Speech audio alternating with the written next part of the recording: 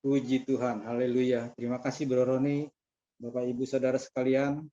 Saatnya kita persiapkan hati kita untuk mendengar kebenaran firman Tuhan yang akan dibawakan oleh hambanya, Pastor Yanti Rambitan. Tentunya ini akan memberkati kita semua.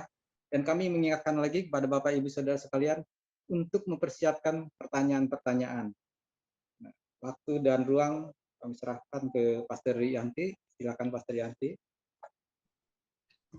Shalom semuanya. Suara saya bisa kedengaran kah? Shalom, Pastor. Oke, great. Thank Shalom. you. Waduh, rasanya ini Shalom. suasana yang berbeda banget karena saya bicara di tengah-tengah bapak-bapak yang strong. Bersama dengan istri-istrinya tentu saja yang hadir pada malam hari ini. Selamat malam Bapak dan Ibu yang kekasih di dalam Tuhan. Selamat malam buat Emak dan Engkong yang ada juga di tengah-tengah kita semua. Saya bersyukur sekali sebelum mulai tadi udah didoain sama Emak. Aduh, rasanya lega, bebannya keangkat.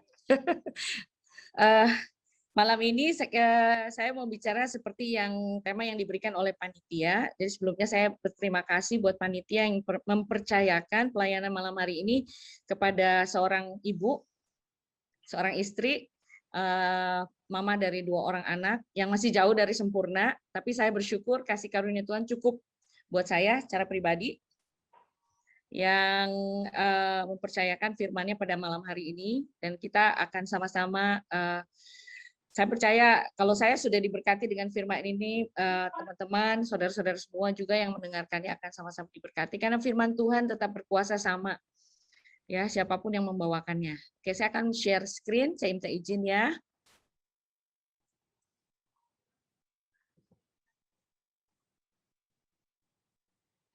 What do women want? Apakah yang diinginkan oleh para wanita? Oke, biar kiranya Bapak-bapak bisa mendapatkan jawaban pada hari ini ya. Semoga ya, biar Roh Kudus yang akan ilhamkan itu setelah mendengar firman Tuhan ya. Dan setelah mendengarkan curhatan para ibu-ibu yang sudah saya kumpulkan nanti setelah beres sharing firman ya. Oke, supaya ini dong, adil dong. Masa cuma saya sendiri yang ngasih pendapat ya. Jadi saya udah kumpulin dari beberapa teman, nanti Bapak-bapak dengerin ya.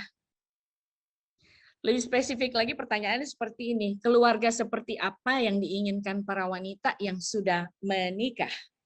Karena kita bicara hubungannya dengan hubungan antara pria dan wanita di sini ya, tentu saja di dalam koridor pernikahan yang memang diberkati oleh Tuhan. Ya, ada nih yang lagi mempersiapkan diri dengan semangat banget nih udah ngajak calonnya nih. Ya, yang merasa katakan amin. Oh, nggak ngerasa rupanya. Yang ada di CCM, jangan-jangan dia makan ya.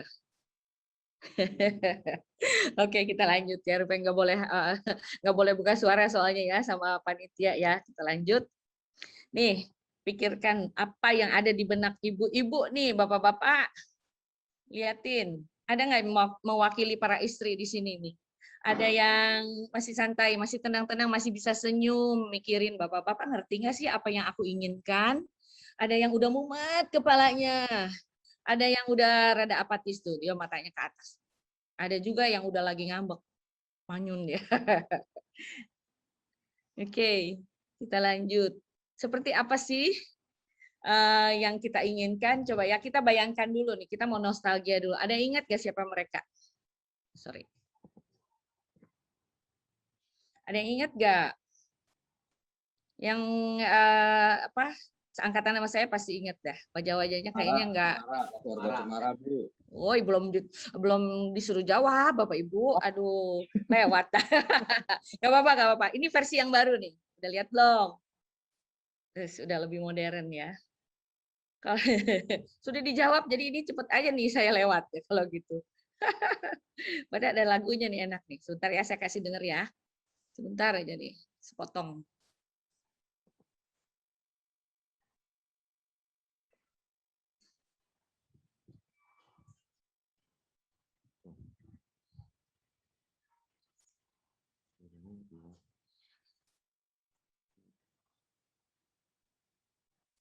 Ada suaranya nggak?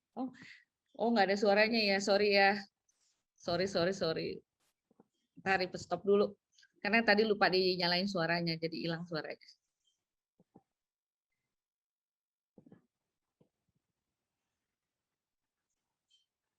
Nggak apa-apa deh, cepet-cepet aja. Dilanjutin lagi. Lagunya ingat ya, Bapak Ibu.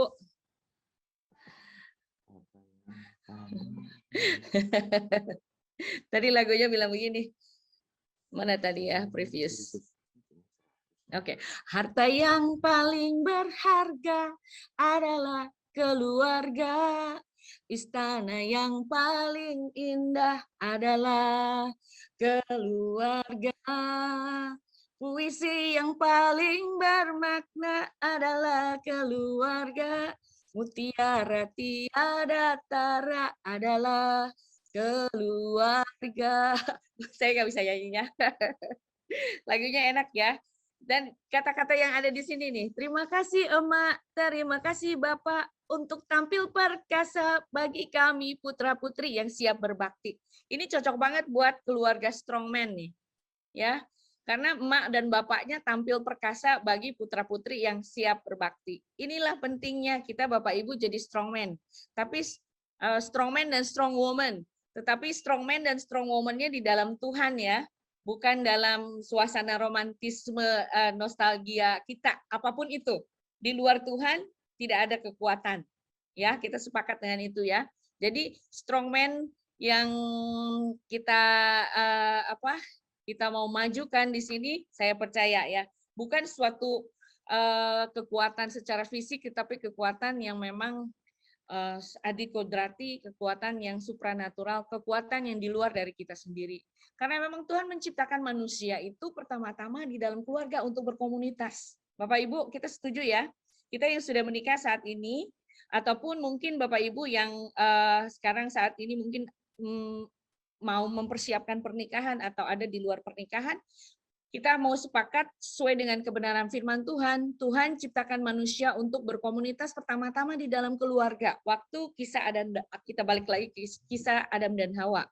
Firman Tuhan berkata di dalam Kejadian 1 ayat 26 sampai 28 berkata, baiklah kita menjadikan manusia menurut gambar dan rupa kita supaya mereka berkuasa atas ikan-ikan di laut dan burung-burung di udara dan atas ternak dan atas seluruh bumi dan atas segala binatang melata yang merayap di bumi.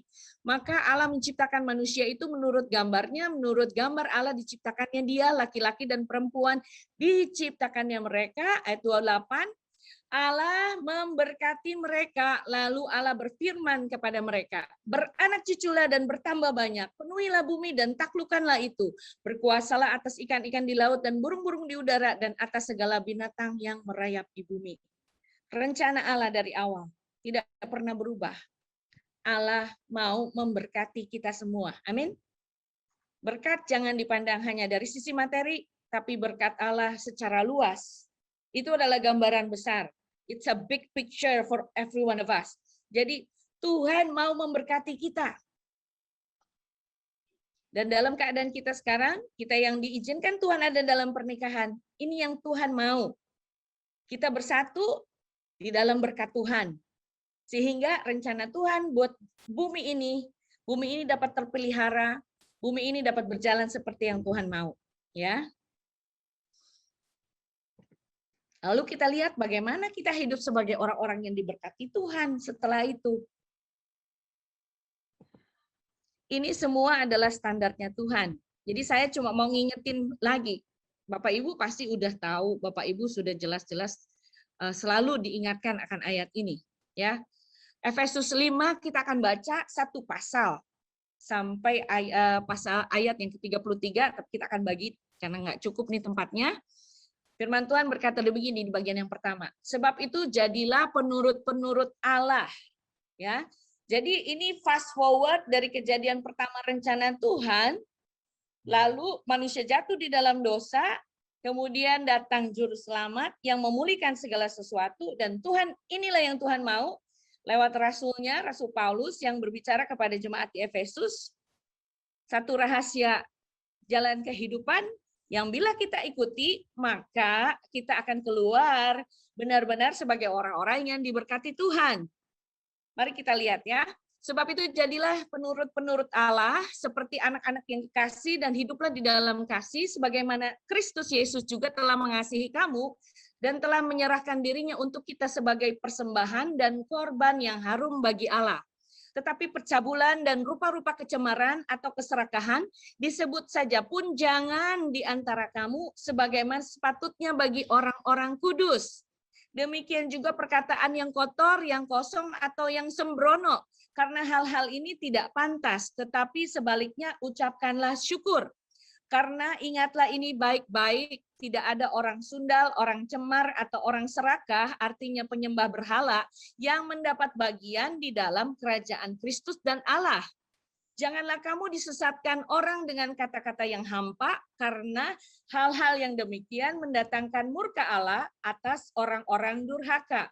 Sebab itu janganlah kamu berkawan dengan mereka. Memang dahulu kamu adalah kegelapan, tetapi kamu adalah terang di dalam tuh. Janganlah kamu berkawan, saya hilang. Sebab itu janganlah kamu berkawan dengan mereka. Memang dahulu kamu adalah kegelapan, tetapi sekarang kamu adalah terang di dalam Tuhan. Sebab itu hiduplah sebagai anak-anak terang. Karena terang hanya berbuahkan kebaikan dan keadilan dan kebenaran. Dan ujilah apa yang berkenan kepada Tuhan. Janganlah turut mengambil bagian dalam perbuatan-perbuatan kegelapan yang tidak berbuahkan apa-apa, tetapi sebaliknya telanjangilah perbuatan-perbuatan itu. Selanjutnya, ayat 12-21. Sebab menyebutkan saja pun apa yang dibuat oleh mereka di tempat-tempat yang tersembunyi telah memalukan. Tetapi segala sesuatu yang sudah ditelanjangi oleh terang itu menjadi nampak, sebab semua yang nampak adalah terang. Itulah sebabnya dikatakan, bangunlah hai kamu yang tidur dan bangkitlah dari antara orang mati dan Kristus akan bercahaya di atas kamu. Karena itu perhatikanlah dengan saksama bagaimana kamu hidup. Janganlah seperti orang bebal, tetapi seperti orang arif. Dan pergunakanlah waktu yang ada, karena hari-hari ini adalah jahat. Sebab itu janganlah kamu bodoh, tetapi usahakanlah kamu mengerti kehendak Tuhan. Dan janganlah kamu mabuk oleh anggur, karena anggur menimbulkan hawa nafsu. Tetapi hendaklah kamu penuh dengan roh. Dan berkata-katalah seorang yang kepada yang lain dalam mazmur, kidung puji-pujian dan nyanyian rohani. Bernyanyi dan bersoraklah bagi Tuhan dengan segenap hati. Ucaplah syukur senantiasa atas segala sesuatu dalam nama Tuhan kita Yesus Kristus kepada Allah dan Bapa kita, dan rendahkanlah dirimu seorang kepada yang lain di dalam takut akan Kristus. Selanjutnya ayat 22-33. Hai istri, tunduklah kepada suamimu seperti kepada Tuhan, karena suami adalah kepala istri sama seperti Kristus adalah kepala jemaat. Dialah yang menyelamatkan tubuh. Karena itu sebagaimana jemaat tunduk kepada Kristus, demikian jugalah istri kepada suami dalam segala sesuatu. Hai suami, kasihilah istrimu sebagaimana Kristus telah mengasihi jemaat dan telah menyerahkan dirinya baginya untuk menguduskannya, sesudah ia menyucikannya dengan memandikannya dengan air dan firman, supaya dengan demikian ia menempatkan jemaat di hadapan dirinya dengan cemerlang, tanpa cacat atau kerut, atau yang serupa itu, tetapi supaya jemaat kudus dan tidak bercela. Demikian juga suami harus mengasihi istrinya sama seperti tubuhnya sendiri. Siapa yang mengasihi istrinya, mengasihi dirinya sendiri. Sebab tidak pernah orang membenci tubuhnya sendiri, tetapi mengasuhnya dan merawatinya sama seperti Kristus terhadap jemaat. Karena kita adalah anggota tubuhnya. Sebab itu laki-laki akan meninggalkan ayahnya dan ibunya dan bersatu dengan istrinya, sehingga keduanya itu menjadi satu daging. Rahasia ini besar, tetapi yang aku maksudkan ialah hubungan Kristus dan jemaat. Bagaimanapun juga bagi kamu masing-masing berlaku, kasihilah istrimu seperti dirimu sendiri, dan istri hendaklah menghormati suaminya.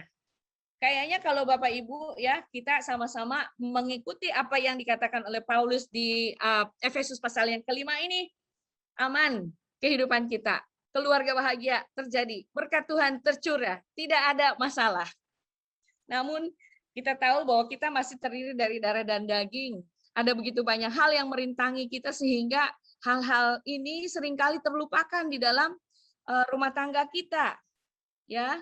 Dan ini yang Tuhan mau kembali diingatkan bahwa inilah patokannya buat kita.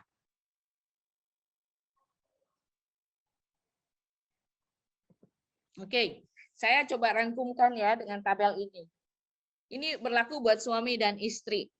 Yang pertama, jadilah penurut Allah kita secara bersama-sama. Hidup di dalam kasih seperti Yesus. Kalau kita berdua mengikuti apa yang Yesus mau di dalam hidup kita, solusi pasti akan terjadi. Karena firman Tuhan bilang, pencobaan yang kamu alami itu pencobaan biasa. Ya, Tuhan akan kasih jalan keluar. Karena Tuhan udah lebih dulu ada di dalam dunia ini dan dia tahu apa yang kita alami. Lalu hidup sebagai anak-anak terang, ya. Jangan bebal, harus arif. Kalau terang, tidak ada yang tersembunyi. Suami istri sama-sama terang, tidak ada yang disembunyikan, sehingga tidak ada dusta di antara kita, tidak ada rahasia. Jangan bebal, harus arif, artinya bijaksana. Jangan bebal artinya mau saling mengingatkan, mau saling dinasihati, mau saling memberikan masukan. Tapi juga mau menerima, bukan hanya memberi, tetapi juga menerima masukan tersebut. Ya, lalu pergunakan waktu yang ada. Ingat, waktu itu kadang udah pasti nggak akan bisa kembali. Waktu itu kadang-kadang kayaknya hilang begitu aja gitu. Kalau kita nggak arif dengan waktu yang ada. Jangan bodoh, mengerti kehendak Allah. Kalau kita mengerti kehendak Allah, maka jauh dari perceraian. Karena kita tahu bahwa Tuhan membenci perceraian. Lalu hidup dengan roh, maka ada kekuatan yang akan selalu menopang kita. Nggak akan kita pakai kekuatan sendiri, akhirnya capek dan akhirnya patah semangat. Lalu berkata-kata dengan mazmur, pujian, nyanyian rohani. Artinya bukan kita seperti ada di dalam soap opera yang semuanya ngomongnya sambil nyanyi. Enggak seperti itu. Tapi berkata-kata dengan mazmur artinya apa? Kata-kata kita itu memuliakan Tuhan. Kata-kata kita itu membawa pujian kepada Tuhan. Ya kita mesti belajar. Kadang-kadang susah ini ya. Kata-kata remnya seringkali pada dol, remnya seringkali sudah rusak. Jadi mesti diperbaiki. Tuhan yang bisa memperbaikinya. Bernyanyi dan bersorak bagi Tuhan dengan sepenuh hati. Tentu saja waktu kita menjadi pemuji, menjadi penyembah Tuhan yang nggak perlu harus tampil nyanyi pun kita memuji dan menyembah Tuhan dari hati kita, maka kita menjadi seorang penyembah yang memang keluar dari hati yang paling dalam karena kita mengucap syukur. Ucapkanlah syukur ya, karena dari dalam kita menyadari bahwa semua ini hanya karena anugerah Tuhan semata. Dan oleh sebab itu kita dapat merendahkan diri seorang kepada yang lain. Nah, waktu tugas suami dan istri ini dilakukan, maka saya percaya ini jadi jawaban. Itu kan jadi ada solusi buat permasalahan yang dihadapi. Tinggal dua-dua melihat posisi kita ada di mana, PR-nya apa yang mesti dikerjakan, sehingga kita bisa saling bekerja sama untuk memperbaiki keadaan. Ya, karena kita diingatkan kembali bahwa tugas istri yaitu sebagai seorang penolong dari sejak awal Tuhan ciptakan Adam dan Hawa, istri itu harus jadi penolong, ya, bukan perongrong. Saya juga kadang-kadang harus bertobat. Kadang-kadang saya suka mau nolongin tapi mungkin terlalu banyak bicara, jadi akhirnya suami nggak mau dengar. Oh, itu pengalaman pribadi banget ya. Tetapi saya bersyukur Roh Kudus selalu mengingatkan kita, firman Tuhan selalu mengingatkan kita ya. Jadi firman Tuhan mengingatkan bahwa istri sebagai penolong itu harus apa? Harus tunduk kepada suami dalam segala sesuatu. Karena suami adalah kepala istri. Berdiri di hadapan suaminya dengan cemerlang tanpa cacat atau kerut atau yang serupa itu. Ya, supaya kudus dan tak bercela. Yang terakhir adalah menghormati suami. Kalau dua-dua ini dilakukan oleh para istri, maka suami-suami, waduh, langsung percaya dirinya naik. Langsung strong man, benar-benar strong dia. Ya. Namun sayang, suami-suami kalau mau istrinya pada tunduk dan hormat, harus melakukan banyak PR. Ya, kadang-kadang lupa, itu yang disayangkan, suaminya pada lupa. Yang diminta cuman tunduk, ya, hormat. Tapi PR-nya nggak dikerjakan. Akhirnya bukannya tunduk, istrinya malah nanduk gitu ya. Lalu suami sebagai kepala, kita akan lihat ya, supaya istri tunduk dan menghormati suami, rupanya ini PR yang harus dikerjakan oleh suami sebagai kepala. Ya, kasihilah istri sebagaimana Kristus telah mengasihi jemaat. menjadi seperti Kristus itu yang menjadi benang merahnya. Yang harus digarisbawahi adalah sebagaimana Kristus atau menjadi seperti Kristus. Sesuai dengan Roma 8 ayat 29, panggilan kita adalah menjadi seperti Kristus. Nah, suami-suami memang standarnya tinggi, mau nggak mau, kalau memang mau menikah, harus mengikuti standar yang Tuhan berikan. Kasihilah istri sebagaimana Kristus telah mengasihi jemaat. Sebagaimana Kristus telah menyerahkan dirinya bagi jemaat. Ya, di sini suami bagi istri. Bagaimana suami menyerahkan diri bagi istrinya. Lalu bagaimana suami menguduskan istrinya, menyucikannya dan memandikannya dengan air dan firman. Ini PR yang merupakan suatu hal yang on a daily basis, atau artinya setiap hari mandi soalnya. Ya, mandi dengan firman, memandikan istri dengan air dan firman. Jangan minta dimandiin aja. Rupanya tugasnya malahan memandikan dengan air dan firman. Ya, mengasihi istri sama seperti tubuhnya sendiri. Kalau mengasihi tubuh sendiri pasti bisa melihat bagaimana istri sebagai tubuh harus dikasihi. Ya, dan suami adalah kepala istri sekali lagi. Ya. Lalu tugasnya adalah tentu saja seperti Yesus menyelamatkan tubuh, menyelamatkan keluarganya. Istrinya kan leher, istrinya menolong dia. Jadi bersama-sama mereka akan menyelamatkan tubuh, seisi keluarganya. Lalu mengasuh dan merawatinya. Wah, rupanya tugas suami itu mengasuh dan merawati. Ditolong sama istri tentu saja. Meninggalkan ayah dan ibu dan bersatu dengan istrinya. Artinya menjadi dewasa, tidak bergantung kepada orang tuanya, lalu bersatu dengan istrinya. Dan menjadi satu daging dengan istri. Udah nggak bisa dipisahkan lagi. Jadi kalau ada daging lain yang mau nempel, nggak boleh. Hanya boleh nempel satu daging dengan istri. Ya, jangan cari-cari daging yang lain. Ya, kasihi istri seperti diri sendiri. Jadi saya kasih yang merah-merah itu sebagai satu hal yang penting sekali. Karena kalau semua tercakup di dalam itu yang merah-merah, tulisan yang merah-merah, ya, kita bersama-sama melakukannya, Bapak Ibu. Jadi suami sebagai kepala berfungsi sebagai kepala seperti Kristus yang mengasihi jemaat dan menjadi kepala atas gerejanya, yang mau mati bagi gerejanya, yang mau menguduskan, menyucikan dan memandikan dengan air dan firman. Menjadi kepala, menyelamatkan tubuh, mengasuh dan merawatinya, meninggalkan ayah dan ibu dan bersatu dengan istrinya, menjadi satu daging dengan istrinya, dan mengasihi istri seperti diri sendiri, maka istri akan tunduk kepada suami dalam segala sesuatu. Ini saya bicara kepada para suami yang sudah takut Tuhan. Beda dengan istri-istri yang suaminya belum kenal Tuhan. Ya, itu catatan tersendiri. Ini bicara suami-suami yang adalah para strong men, suami-suami yang adalah kepala, ngerti tugasnya sebagai kepala, itu sebagai imam di dalam rumah tangga. Ya, kalau misalnya sebab dan akibat ini dilakukan, maka segala sesuatu akan menjadi indah pada waktunya. Tentu saja sesuai dengan proses yang Tuhan kerjakan di dalam kehidupan kita masing-masing yang berbeda satu dengan yang lain. Tapi Tuhan yang sudah merancangkan keluarga bahagia ini, dia tahu menolong kita, karena tadi dikatakan yang kuning-kuning tadi. Bapak Ibu lihat di kuning-kuning tadi. Ada di situ hidup dengan Roh Kudus yang akan menolong kita. Kita nggak pernah sendirian. Ada Roh Kudus yang selalu menanti untuk dimintain tolong. Jangan cari pertolongan manusia dulu. Berdoa dulu, minta kehendak Tuhan. Firman Tuhan malah keras berkata di situ, jangan bodoh, mengertilah kehendak Allah. Ya. Jadi Bapak Ibu, mari kita lihat PR-nya. Di sini di tempat yang biru, yang tulisannya kuning dan putih, itu tugas kita bersama-sama. Di bagian istri, mari kita lihat bagaimana kita belajar. Istri-istri yang takut akan Tuhan, sekalipun suamimu belum mulai melakukan bagiannya, mari lakukan bagian kita terlebih dahulu. Suami-suami yang sudah takut akan Tuhan, tahu tugasmu, lakukan bagianmu. Maka sebab akibat akan terjadi. Oke?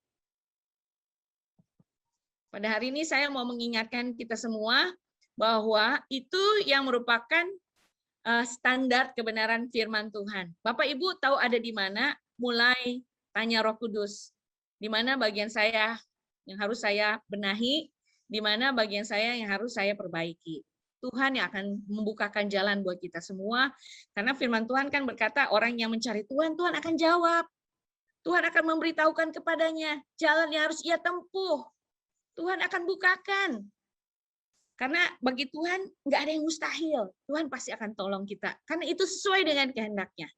Ya. Lalu selanjutnya kita akan melihat cara yang akan menolong kita untuk kemudian melakukan bagian kita. Ini adalah bagian yang praktisnya.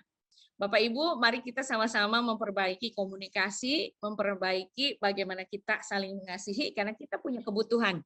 Semua kita punya kebutuhan. Baik pria, baik wanita punya kebutuhan. Bahkan anak-anak pun punya kebutuhan. Mari kita lihat ada 5 love languages. Tentu saja hampir semua mungkin sudah tahu ini, tapi saya di sini hanya mau mengingatkan saja. Dalam hubungan suami istri ada banyak cara mengungkapkan perasaan terhadap pasangan. Setidaknya menurut Dr. Gary Chapman yang menulis buku The 5 Love Languages, hal tersebut terbagi ke dalam 5 kategori bahasa kasih. Jadi tiap kita tuh mau mengungkapkan sesuatu tuh ada ciri-ciri yang spesifik yang akan menolong untuk kita mengerti apa yang dimaksudkan oleh dia. Kalau dia ngambek itu kenapa? Kalau dia senang gitu kenapa? Kita akan lihat sama-sama belajar ya. Karena Tuhan mau kita punya pernikahan yang bahagia. Tuhan mau kita punya komunikasi yang baik. Seringkali masalah awal adalah salah komunikasi. Dan itu kemudian melebar kemana-mana. Seringkali hal yang terjadi seperti itu. Ya, itu kita alami sendiri. Nah, di dalam bukunya tadi, Chapman menyebutkan 5 kategori tersebut, yaitu melayani atau acts of service, kata-kata cinta, ya, sebenarnya kata-kata peneguhan, yaitu words of affirmation, diafirmasi apa yang dibutuhkan oleh seseorang yang membutuhkan kata-kata. Lalu menghabiskan waktu bersama yang berkualitas atau quality time, sentuhan fisik, physical touch, dan memberi hadiah atau receiving gifts ya. Menurut psikolog Ibu Elizabeth Santoso MPSI, penting bagi pasangan untuk memahami seperti apa tipe pasangannya. Ada tipe-tipe bahasa kasih yang kita perlu tahu dan kita harus pahami pasangan kita itu masuk kategori yang mana. Jadi kita bisa memberikan kasih sayang secara tepat. Ibu Elizabeth menjelaskan manfaat memahami tipe bahasa kasih, yaitu agar setiap pasangan dapat menjalani hubungan yang lebih berkualitas. Jangan sampai pasangan kita tipe yang ingin quality time, ya, tapi yang kita berikan justru pujian atau hadiah. Jadi tidak tepat pada sasaran. Kita lihat ada perbedaan bahasa di sini dalam kehidupan sehari-hari ya. Tiap pribadi punya kebutuhannya sendiri. Ada Anto yang menghabiskan waktu 3 jam untuk membuatkan rak buku untuk anaknya Dewi. Sementara yang diinginkan Dewi adalah bisa ngobrol dan bermain berdua tanpa ada interupsi apa-apa. Jadi bapaknya habisin waktu 3 jam untuk hal yang tidak sesuai dengan keperluan Dewi anaknya. Lalu Sari membelikan sahabatnya Lina tas baru. Tapi Lina heran kenapa Sari tidak menulis apa-apa di kartu ulang tahunnya. Karena rupanya Lina itu adalah orang yang suka dengan kata-kata afirmasi. Lalu Rinto memberi Rini pelukan dan kecupan. Rini mengerutkan keningnya melihat tumpukan pakaian belum disetrika. Cinta tapi nggak mau nolongin. Nah gitu. Rupanya bahasa kasih Rini adalah acts of service. Ya kita akan lihat. Ya, acts of service itu menunjukkan kesediaan untuk menolong, untuk meringankan beban. Ya, words of affirmation itu memberikan dorongan semangat, peneguhan, penghargaan, dan mendengarkan secara aktif. Ya, quality time itu kebersamaan, bercakap-cakap secara pribadi ke pribadi dengan penuh perhatian. Lalu physical touch itu menggunakan bahasa tubuh, raut wajah, dan sentuhan untuk menunjukkan kasih. Lalu receiving gifts itu memikirkan hal-hal yang disukai atau diperlukan, memberikan dan menunjukkan prioritas. Selanjutnya, mari kita menemukan bahasa kasih. Mulai kita pikirkan sekarang ini, hal apakah yang jika orang yang Anda kasihi tidak lakukan akan sangat menyakiti Anda? Seperti tadi, Rini, dia nggak habis pikir kenapa itu suaminya ngelihat tumpukan pakaian belum dirapikan, dia nggak mau bantu gitu. Dia sibuk ya kasih kecupan sana, kecupan sini, tapi Rini tidak terlalu menghargai itu karena dia memang butuh untuk ditolong. Ya. Hal apakah yang paling Anda minta atau harapkan untuk dilakukan oleh orang yang Anda kasihi? Itulah bahasa kasih saudara. Apakah Anda biasanya menyatakan kasih, bagaimanakah Anda bisa biasanya menyatakan kasih kepada orang yang Anda kasihi? Apakah sudah sesuai atau belum? Itu untuk kita mengerti bagaimana bahasa kasih orang yang kita kasihi. Ya, coba kita mulai tanyakan hal tersebut. Apakah kalau dia nggak dilakukan ini, dia biasanya protes gitu. Apakah yang biasanya kita mau orang itu lakukan buat kita?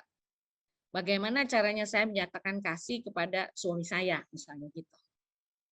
Nah, ini bahasa kasih yang pertama, yaitu melayani atau acts of service. Ini menyatakan kesediaan untuk menolong, untuk meringankan beban. Tindakannya apa? Contohnya membuatkan makanan atau minuman, mengerjakan tugas-tugas rumah. Yang membuat saya masih teringat waktu masa pacaran, waktu suami saya datang pertama kali ke Pastori adalah waktu dia bantuin setrika baju saya. Suami saya luar biasa. Itu masih pacar, Bapak Ibu. Akhirnya konfirmasi, ini memang harus jadi suami saya. Itu contoh ya. Lalu hindarkan, mengabaikan, menunda, atau lupa mengerjakan tugas besar atau kecil. Karena dalam keluarga itu kita punya kesepakatan.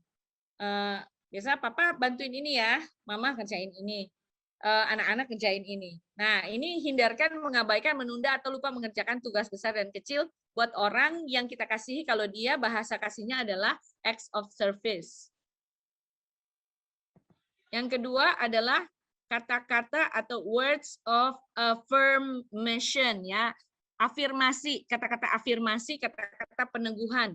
Kata-kata ini untuk menyatakan pemberian dorongan semangat, peneguhan, iya betul, kamu itu hebat, kamu itu luar biasa, penghargaan, dan juga mendengarkan secara aktif. Dengan kata-kata artinya dia udah mendengarkan sebelumnya. Tindakannya adalah mengirim pesan, mengirim surat, atau kartu yang tiba-tiba tidak terduga. Mengucapkan sayang, menyatakan penghargaan dan terima kasih, memberi selamat, memuji, terutama di depan orang lain. Bukan dengan cara untuk mengambil hati atau mencari muka, tidak. Tapi ini tulus. Tulus memuji di depan orang lain, sesuai dengan apa yang memang dia sudah lakukan. Hindarkan untuk tidak memberikan pengakuan atau penghargaan atas usaha atau hasil yang dilakukan. Hindarkan kata-kata yang mengejek atau kasar. Hindarkan kritik yang tidak membangun, karena bukan itu yang dia mau. Bukan itu yang dia butuhkan. Yang dibutuhkan adalah kata-kata dorongan semangat. Walaupun mungkin dia salah, kata-kata yang memberikan dia semangat. Ayo, usaha lagi. Ayo, kamu bisa. Jangan patah semangat. Next time better, ya gitu. Next time lebih baik. Jadi ini orang yang membutuhkan kata-kata afirmasi harus diberikan dorongan semangat. Hal-hal kecil, kata-kata pesan lewat WA, lewat kartu yang tidak terduga, kartu yang lucu-lucu kecil-kecil pasti membuat dia berbunga-bunga. Ya, ucapkan kata-kata sayang, katakan penghargaan dan terima kasih. Lalu quality time. Jenis yang ketiga dari bahasa kasih itu adalah waktu yang berkualitas. Ini untuk menyatakan kebersamaan, bercakap-cakap secara pribadi ke pribadi, one on one dengan penuh perhatian tanpa gangguan. Jadi dia hanya ingin berdua aja, gak mau diganggu sama yang lain. Pokoknya tinggalin semua yang lain dulu, pokoknya saya mau berdua aja. Tindakannya adalah mari ciptakan momen khusus. Ajak jalan-jalan, duduk-duduk di taman atau duduk di kafe berdua atau melakukan sesuatu bersama. Hadirlah untuk dia. Ya, tindakan yang dibutuhkannya adalah seperti itu. Hindari gangguan-gangguan ketika melewatkan waktu bersama. Lama tidak menyempatkan waktu pribadi ke pribadi bersama. Jadi kayaknya udah lama nggak bareng-bareng, nggak dating berdua. Ya, Pastor Arief selalu ingatkan suami istri untuk dating. Ini nih, apalagi kalau orang yang membutuhkan quality time, dia pasti sangat merindukan itu. Lalu kalau udah berdua, hindarkan pegang handphone. Pasti akan sangat tersinggung. Jangan lihat WA yang lain waktu berdua, tatap matanya, lalu katakan I love you. Ya, itu waktu yang berkualitas. Selanjutnya, sentuhan, physical touch. Ini adalah untuk menyatakan bahasa tubuh, ekspresi wajah, dan sentuhan untuk menunjukkan kasih sayang. Ya, tindakannya duduk dekat-dekat, sini-sini, tepuk-tepuk, gandeng, rangkul, elus, peluk, kecup, sebelum tidur, sebelum pergi, ketika datang, random. Pokoknya anytime, kalau dia membutuhkan sentuhan, dia orang yang membutuhkan sentuhan sebagai tanda kasihnya, lakukan itu. Tapi hanya berlaku untuk muhrimnya, yang memang sudah diberkati oleh Tuhan. Ya, atau kepada anak-anak kita. Kadang-kadang anak-anak juga ada yang butuh dibelai, ada yang butuh ditepuk pundaknya. Jadi kita bisa melihat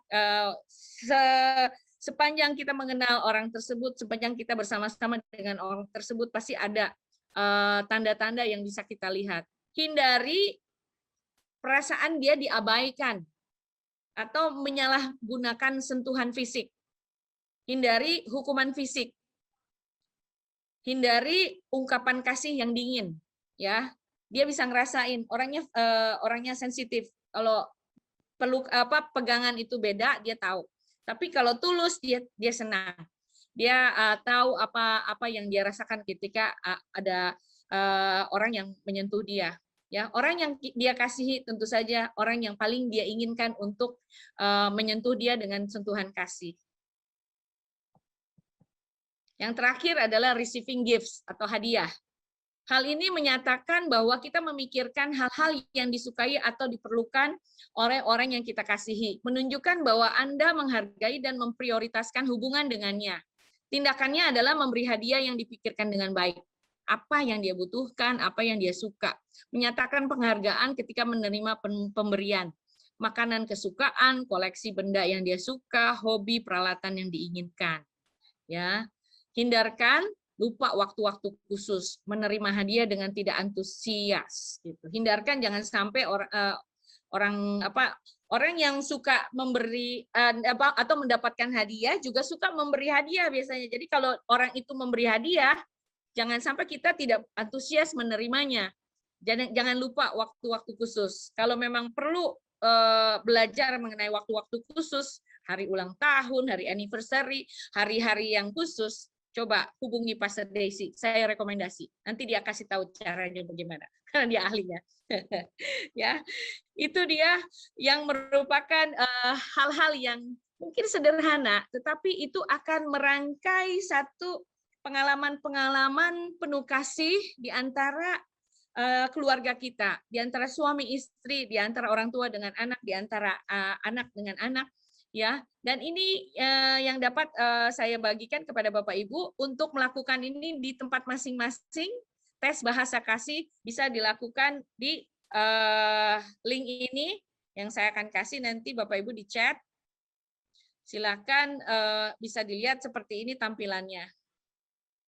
Nanti kalau sudah di akhirnya tinggal dilewati, kalau misalnya mau ada pendaftaran atau apapun itu yang pop-up message, lewati langkah ini, nanti Bapak Ibu bisa lihat hasilnya. Itu tes sederhana yang akan menunjukkan di mana bahasa kasih Bapak Ibu sekalian. Ya, sampai di sini share saya. Tapi saya akan share sedikit lagi tentang curahat hati ibu-ibu. Ya, masih ada waktu ya, Pak Vincent? Masih Bu, masih Pastor, silakan. Oke, nih ya, ini rangkuman dari apa yang teman-teman saya berikan lewat WA. Masih tulisannya kayak gitu. Saya mau bacain aja, tapi biar lebih jelas saya tunjukin. Sorry, belum ke share ya. Mana ini?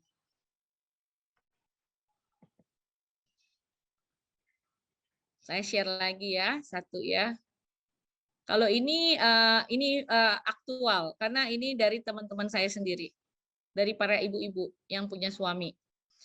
Kerinduan hati saya kepada suami secara umum, selalu dekat sama Bapak, karena dia kepala keluarga dan seorang imam. Yang kedua, dia mau suami memberi waktu secara kualitas untuk istri dan anak-anaknya. Yang ketiga, bertanggung jawab sebagai kepala keluarga dan seorang suami, contohnya bekerja. Itu satu. Jadi saya saya bold, ini untuk satu. Yang kedua enggak saya bold supaya kelihatan bedanya ya. Ini dari dua orang yang berbeda. Dari orang-orang yang berbeda. Oke. Yang kedua, lebih memperhatikan kesehatan. Kalau marah jangan disimpan, tapi diungkapkan. Yang ketiga, terus konsisten bangun hubungan dengan Tuhan. Oh iya, ada yang paling sensitif. Keterbukaan masalah keuangan. Nah, yang selanjutnya, maunya saya kepada suami. Taat pada Tuhan. Kalau suami taat pada Tuhan, maka dia akan menjadi imam yang baik di dalam keluarga. Setia pada istri. Kesetiaan adalah hal yang terpenting dalam keluarga.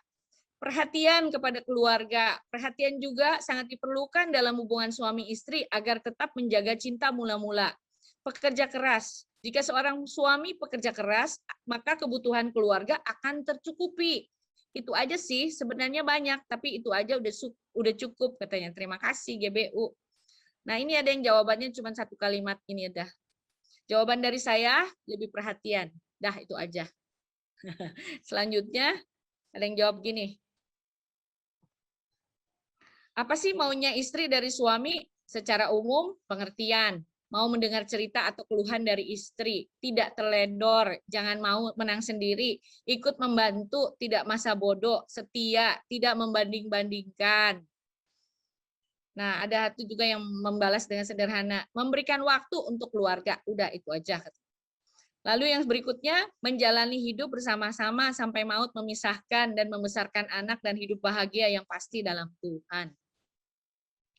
Yang selanjutnya, suami menjadi kepala keluarga yang sehat dan kuat secara jasmani dan rohani. Selalu positif dan tidak mudah menyerah, meski dalam keadaan yang sulit seperti sekarang. Tetap memiliki nilai-nilai hidup yang baik, sesuai dengan firman, dan terus melakukannya, sehingga dia akan selalu mengasihi dan dikasihi, mengayomi dan memimpin keluarganya, menjadi berkat dan teladan bukan hanya bagi istri dan anak-anaknya, tetapi juga untuk menjadi berkat bagi keluarga yang lain. Selanjutnya, harapan saya, kalau secara umum, saya mah rindu banget suami saya mau ikut dalam pelayanan, karena potensi dia luar biasa. Dan supaya dia bisa dukung saya juga dalam melayani di live. Kalau secara pribadi, saya rindu kalau dalam mesbah keluarga, saya rindu dia yang punya kerinduan untuk membawa keluarga lebih dekat lagi dan punya hubungan intim yang intim sama Tuhan. Karena kadang kalau dalam mesbah keluarga, suami saya bukan suka banyak alasan buat jadi imam dan suka nggak mau ikut. Kadang juga sedih. Kadang jadi sedih untuk mendidik anak kenal Tuhan lebih dekat, jadi serasa sendirian saja. Padahal janji nikahnya berdua ya. Seorang suami yang penuh perhatian dari hal-hal yang kecil dan ditunjukkan kepada keluarganya. Hal yang kecil aja cukup katanya. Selanjutnya, yang gue mau dari suami nih katanya, bertanggung jawab dalam hal kerohanian. Maksudnya bisa jadi imam dalam keluarga, bisa bawa keluarganya jadi makin dekat sama Tuhan. Yang kedua, bisa menenangkan keadaan kalau keluarga ada dalam masalah, mencari solusinya bagaimana gitu. Yang ketiga, tanggung jawab dalam hal keuangan. Yang keempat, mau bantu kerjaan rumah kalau istri lagi nggak ada di rumah. Kadang istri butuh me time juga. Setuju. Di kantor suami boleh jadi bos atau atasan, tapi jangan bawa-bawa status bos itu di rumah. Di rumah harus bisa jadi teman, bisa dengerin curhatan anak-anak dan istri, bisa bantu-bantu kerjaan rumah juga. Katanya. Nah selanjutnya, Shalom. Kerinduan untuk suami dalam berumah tangga tentu dapat berkomunikasi secara baik dengan istri. Misalnya bisa berdiskusi untuk setiap apa yang hendak dilakukan, baik untuk usaha pekerjaan maupun hal-hal yang menyangkut rumah tangga. Bisa mendengar pendapat dari pasangan, serta bisa bekerja sama melakukan setiap keputusan yang sudah diambil bersama sehingga semua bisa terlaksana dengan baik. Yang berikutnya, komunikasi. Kadang istri bicara, suami kurang fokus, serius dengar pesan-pesan istri yang sebenarnya. Kadang pesan istri hanya separuh yang terrealisasi. Nah, What do women want? Waduh, ini panjang banget. Kejadian 3 ayat 16, kalimat terakhir, dan ia akan berkuasa atasmu. Secara umum, baik usia pernikahan baru berjalan atau udah masuk fase 25 tahun atau menjelang 50 tahun, pria berkuasa atas wanita. Tetapi berikanlah ruang pada wanita untuk menyampaikan apa yang ada di hati, pikiran, dan perasaannya. Kadangkala para pria lebih mendengar dan menerima ide, pikiran, perasaan dari pihak ketiga. Itu baik itu teman, kolega, bahkan Mbah Google lebih didengar daripada istri katanya. 2. Amsal 16 ayat 16, memperoleh hikmat sungguh jauh lebih baik dari memperoleh emas, dan mendapat pengertian jauh lebih berharga daripada mendapat perak. Tolak ukur pria adalah sukses, banyak emas dan perak yang terlihat sama dengan realitas atau logika. Tetapi wanita lebih memilih bersyukur kalau hikmat dari Tuhan yang bisa memimpin setiap perjalanan kehidupan. Pengertian yang cukup bahwa segala sesuatu dapat terjadi karena anugerah dan kasih karunia Tuhan semata dari Tuhan, bukan karena kemampuan dan kekuatan manusia saja. Yang pertama ini berikutnya, keinginan istri adalah untuk didengarkan. Sering bila berkomunikasi, suami meremehkan suara istri. Biasanya hanya didengar sambil lalu dan malah biasanya salah dengar, sehingga salah mengambil konklusi. Yang kedua, kebebasan istri untuk menyatakan pendapat. Bila kependidikan suami lebih tinggi dari istri, biasanya pendapat istri tidak didengar karena katanya lebih rendah pendidikan, lebih kurang pengalaman, dan lain-lain. Alangkah indahnya hidup ini bila pendapat istri dapat didengarkan dan disimak oleh suami, sehingga istri merasa bahwa pendapat dan pemikirannya juga dihargai. Berikutnya, fungsi suami sebagai imam bisa dapat dijalani. Mau mendengar ketika diberi masukan, tidak menjadi kepala batu. Yang berikutnya, kerinduan hati pastinya ingin suami lebih beriman, lebih dekat dengan sama Tuhan, lebih bertumbuh dalam iman. Karena dengan melekat tumbuh sama Tuhan, pasti semuanya yang lainnya beres. Semua bakalan baik. Puji Tuhan, suami terus bertumbuh dalam pengenalan akan Kristus, belajar kebenaran firman Tuhan. Pastinya dengan ini ada perubahan. Itu pasti katanya. Lalu yang terakhir nih, sederhana juga, istri maunya didengar dan disayang, dipeluk katanya. Gitu. Kadang-kadang nangis dalam pelukan suami, udah beres. Setelah itu dia bisa tersenyum kembali. Nah, demikian mungkin panjang lebar dan singkat. Isinya singkat-singkat tapi banyak jadi panjang lebar.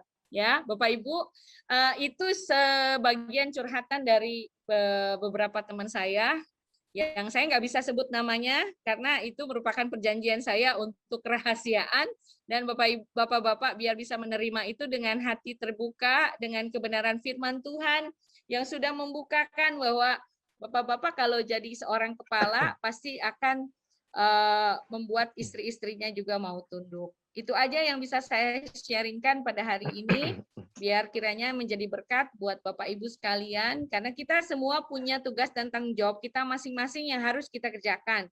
Waktu bagian kita kerjakan, saya percaya bagian Tuhan untuk memberkati kita semua akan jadi dalam kehidupan keluarga kita.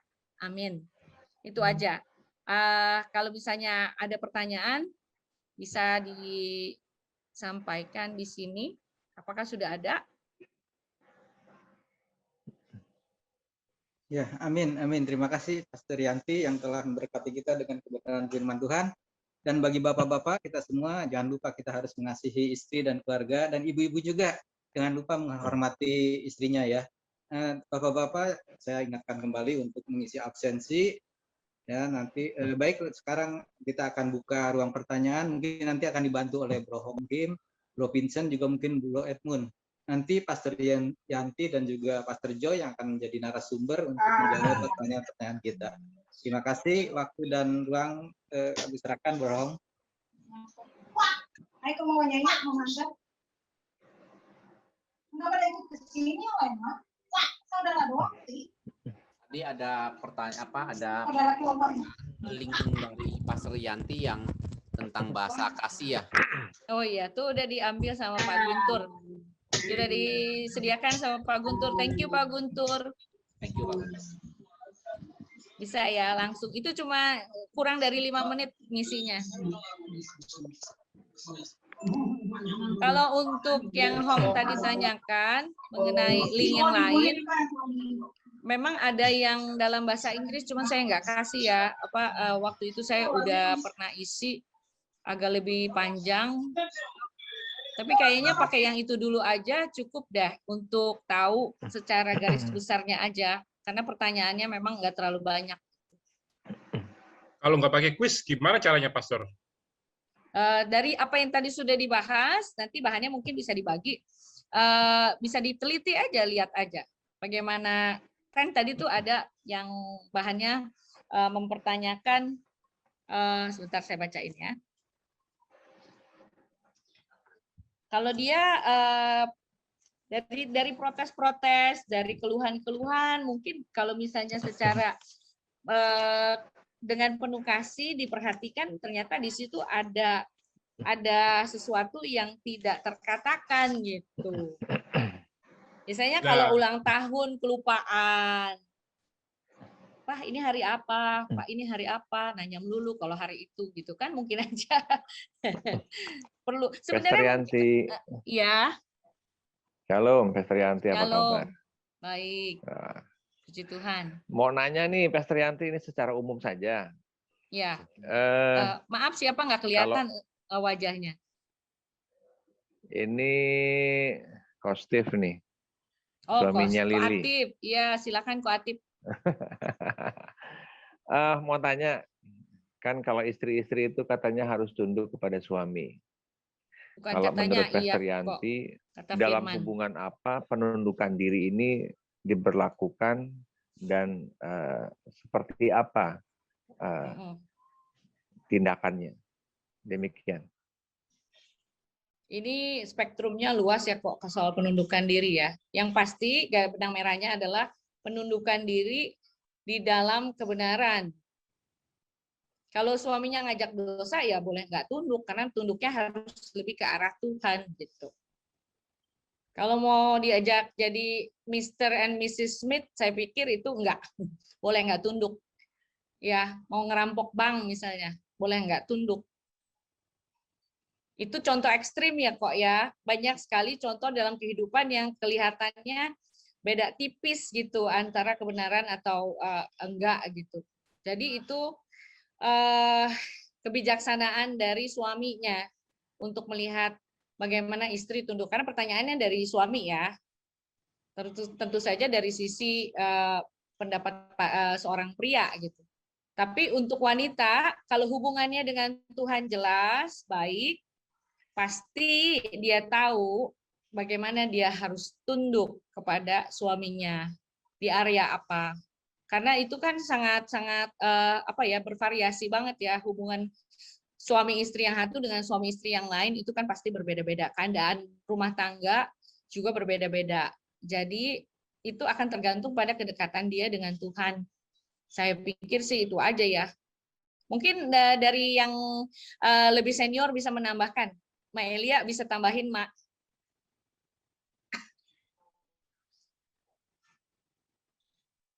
Baik, pasti dalam prakteknya memang tidak gampang. Apalagi kalau kita suami istri, ya kita juga sama-sama. Misalnya kita buka usaha, ya buka toko, ya atau usaha apapun. Karena kita biasanya juga laki-laki atau wanita itu pada dasarnya mempunyai dasar pertimbangan yang berbeda-beda.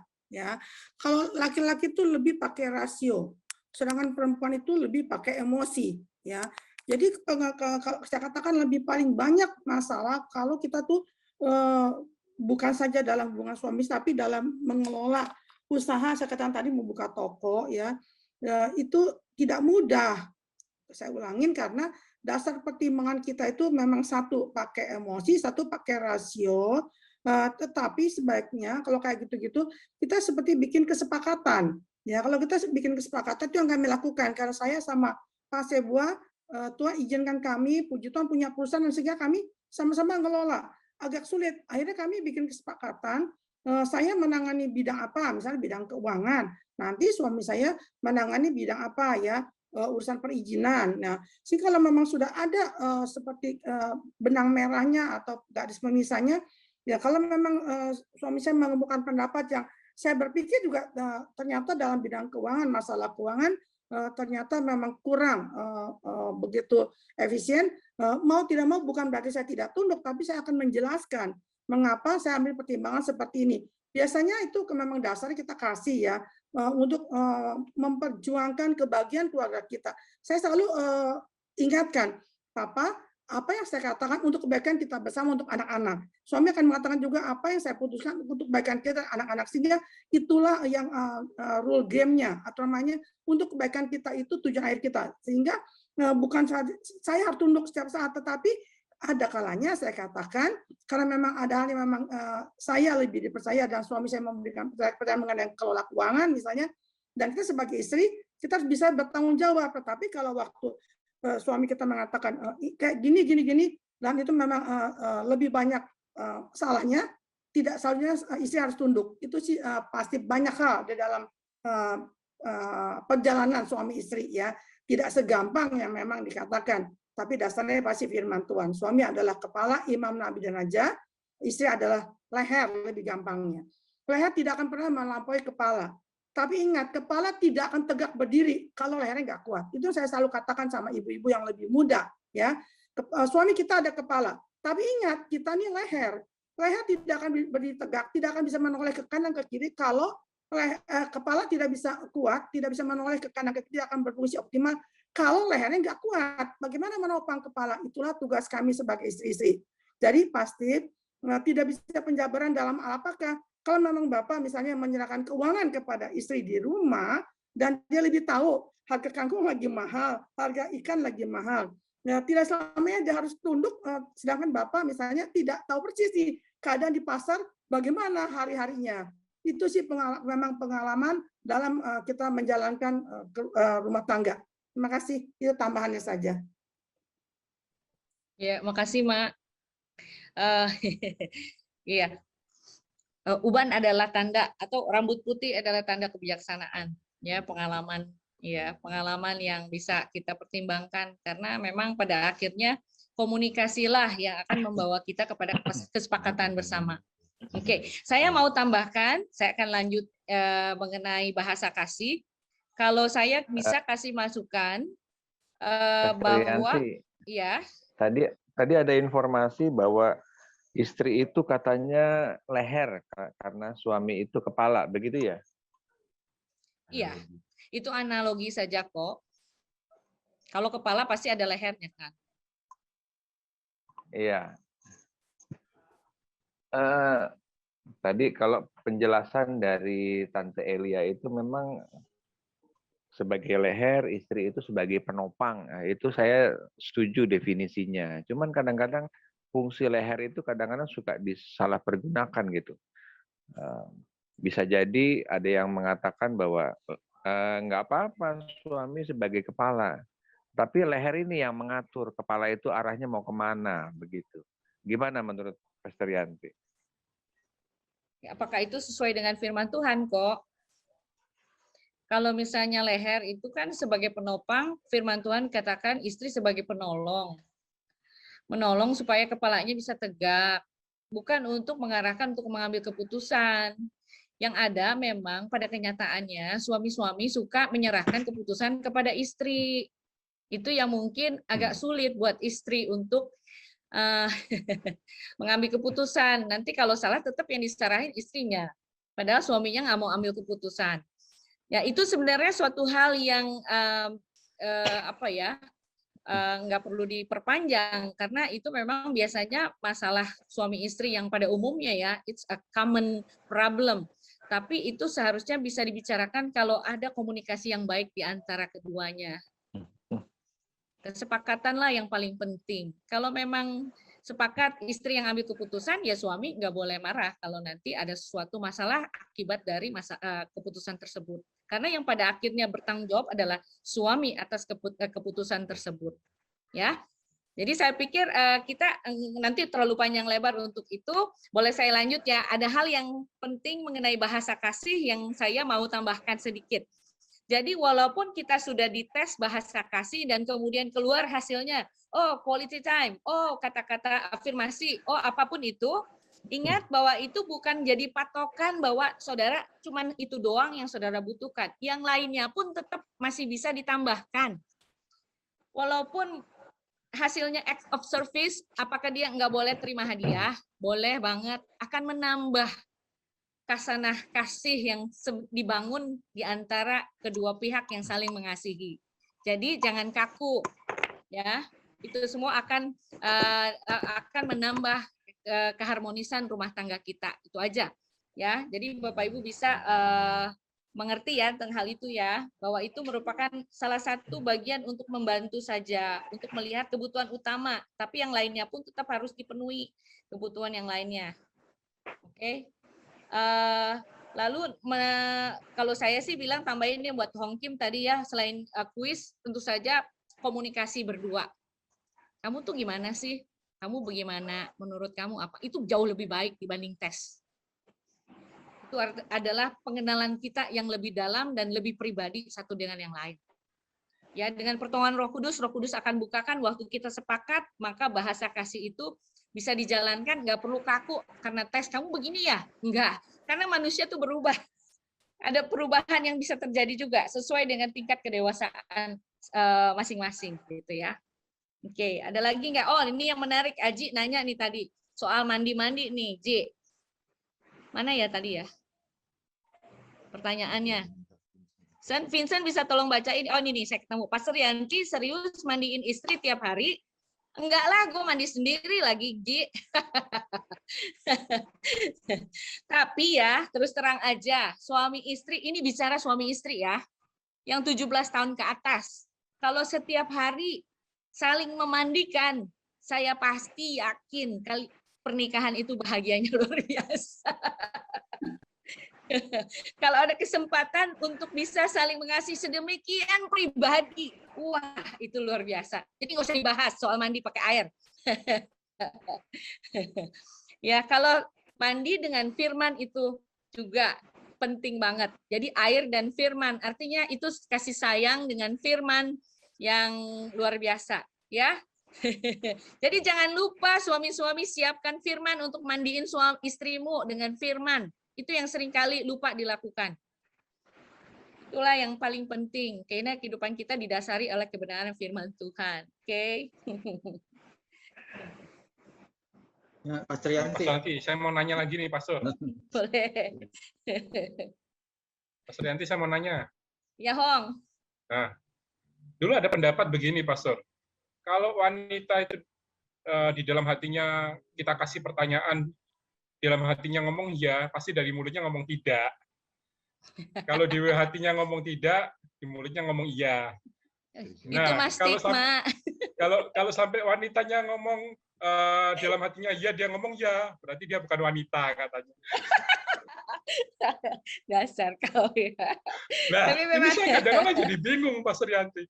Saya kan inginnya terbuka aja gitu loh. Saya ingin beri hadiah, kamu ingin apa sih gitu loh.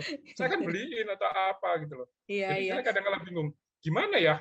Apa sebaiknya apa yang harus dilakukan gitu loh? Apa memang betul wanita itu seperti itu? Saya juga nggak ngerti. Itu anekdot ya.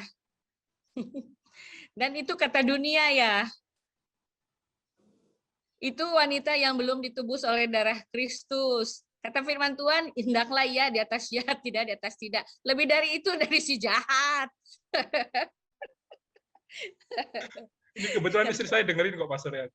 Oh iya, nggak apa-apa. Ini kan saya kan harus menyampaikan firman Tuhan, walaupun kadang-kadang suami saya juga masih bingung sama saya loh. Pengenalan itu seumur hidup, pengenalan itu seumur hidup, masih tetap ada hal-hal yang perlu kita gali ya. Kalau semakin mengenal, ada begitu banyak kekayaan yang bisa kita dapatkan di dalam rumah tangga kita gitu.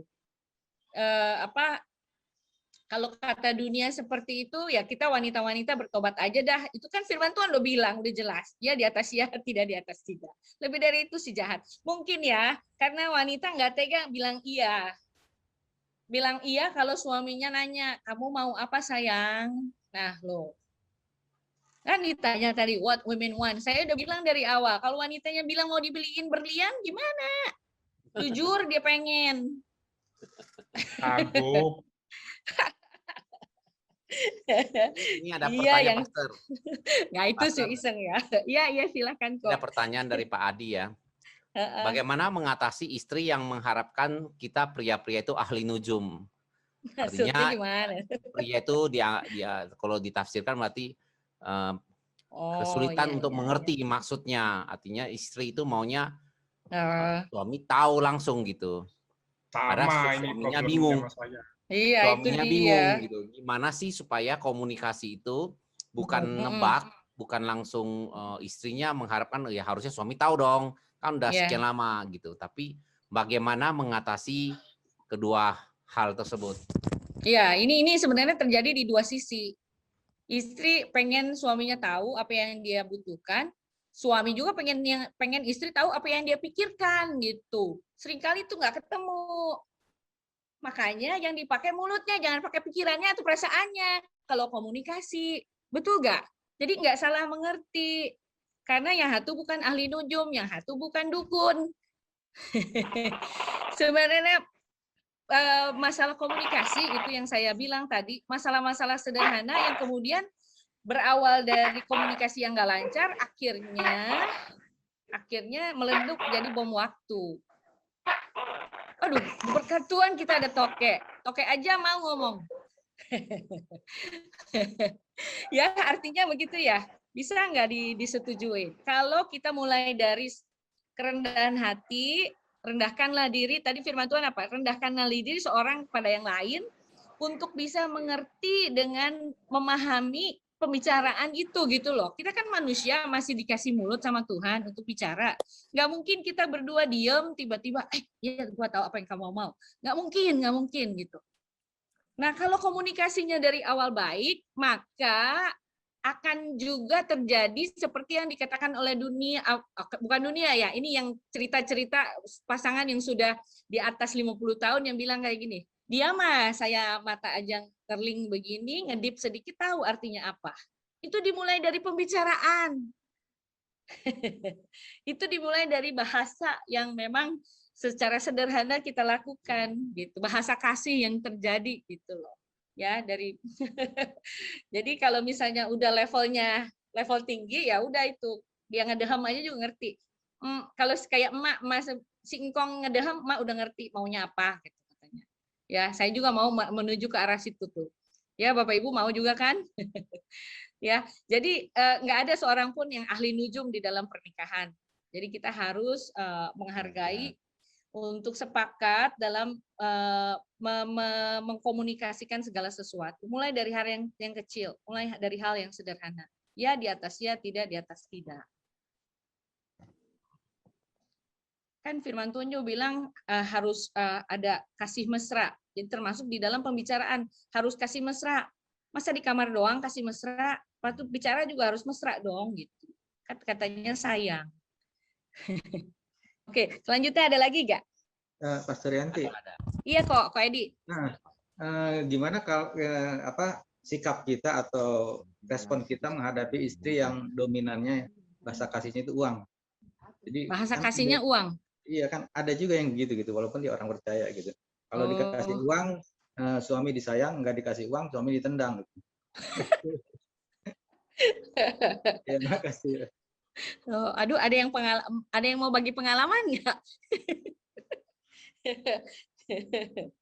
Tahu deh ya. Kalau saya seperti itu, saya mah mesti bertobat kayaknya.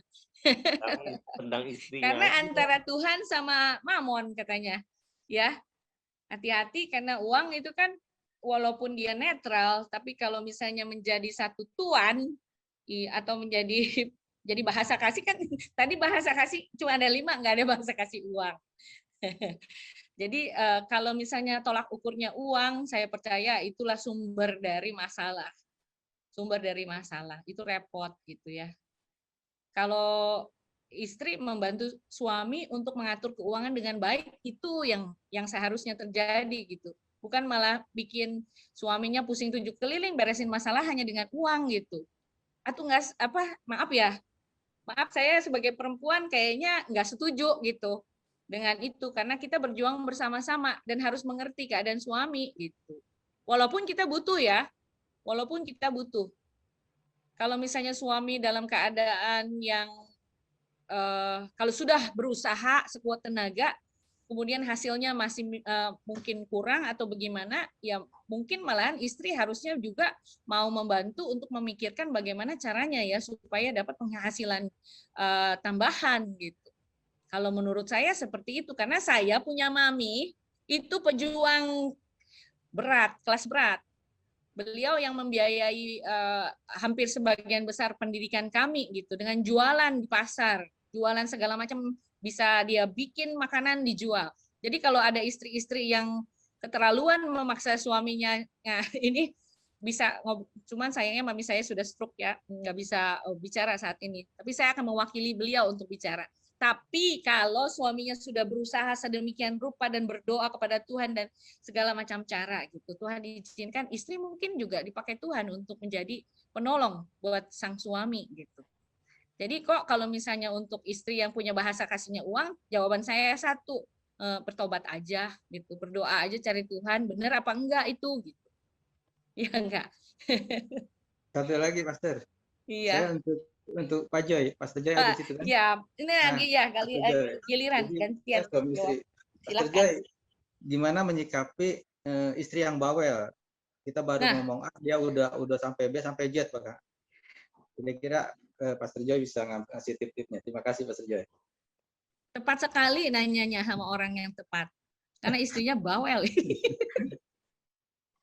Iya, kalau istri bawel, berarti dia istri yang luar biasa. Ya, jadi yang pertama kalau bawel, ya sediain kuping aja tebel-tebel. Gitu ya. Buka aja telinganya kita ya sebagai suami ya biar supaya bisa dengerin, karena waktu kita dengerin dia butuh memang didengerin, dia nggak butuh jawaban ya. Biasanya istri kalau udah ngomong banyak dia udah banyak pergumulan gitu. Jadi kita juga suami-suami mesti sediain kuping, waktu, hati untuk dengerin, jangan dibentak atau jangan dimarahin, karena itulah cara kita untuk masuk di hatinya. Kalau mau jujur, tanya aja sama ibu-ibu yang hadir malam hari.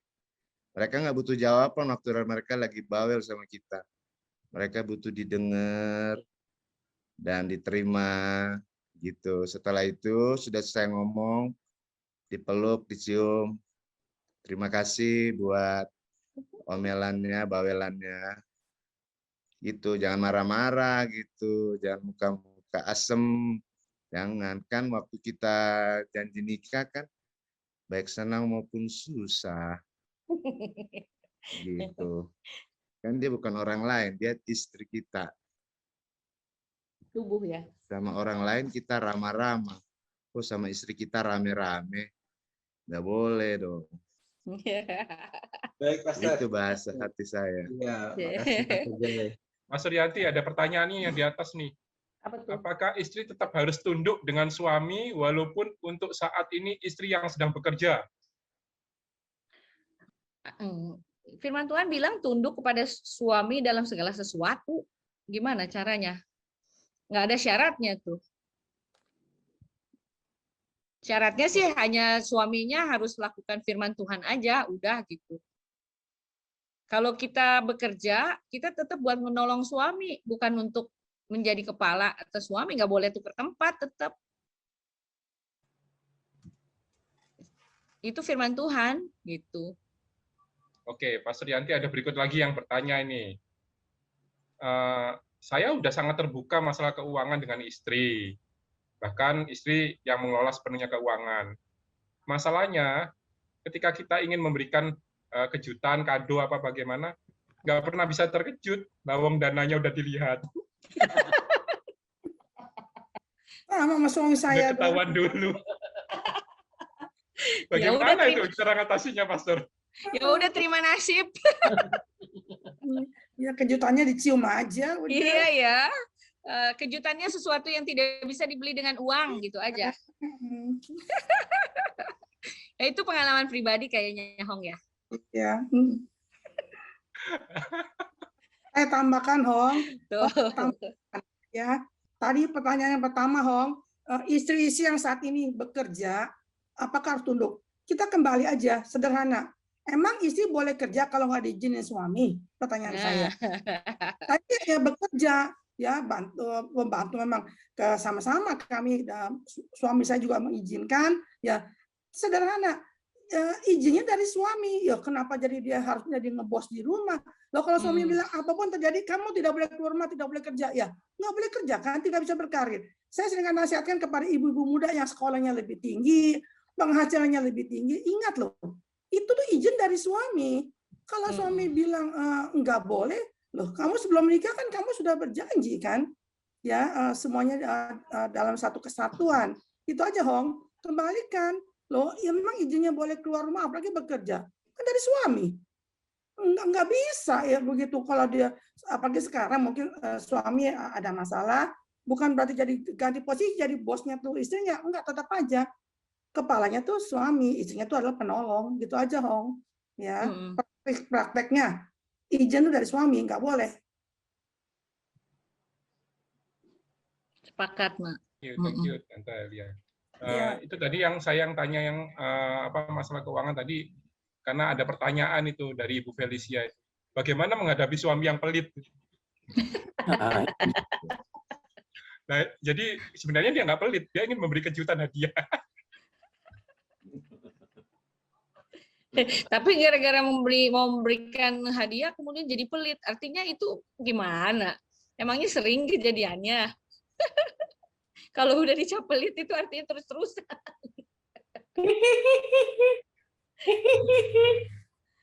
Rio, apa kamu?